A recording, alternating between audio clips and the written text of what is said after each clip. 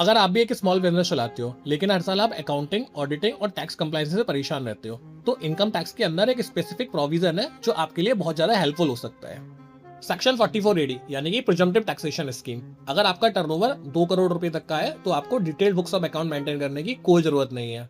Government directly ये मान लेती है कि आपका प्रॉफिट कैश ट्रांजैक्शन पर तो 8% और डिजिटल ट्रांजैक्शन पर 6% है, लेकिन ये लिमिट बढ़कर 3 करोड़ भी हो सकती है अगर आपकी 95% या उससे ज्यादा सेल्स बैंकिंग चैनल्स के थ्रू होती है। तो अगर आप ये स्कीम ऑप्ट करते हो तो आपको एक्चुअल एक्सपेंसेस कैलकुलेट करने का हेडेक कम हो जाता है, आपके ऑडिट कंप्लायंस का स्ट्रेस भी कम हो जाता है और आपकी आईटीआर फाइलिंग काफी स्मूथ हो जाती है। लेकिन ध्यान रखो, हर बिजनेस इसके लिए एलिजिबल नहीं होता है। अगर आप इंश्योरेंस एजेंट हो या फिर आप कमीशन एजेंट हो या फिर आपका ट्रांसपोर्ट का बिजनेस है तो आपके लिए रूल्स डिफरेंट होते हैं।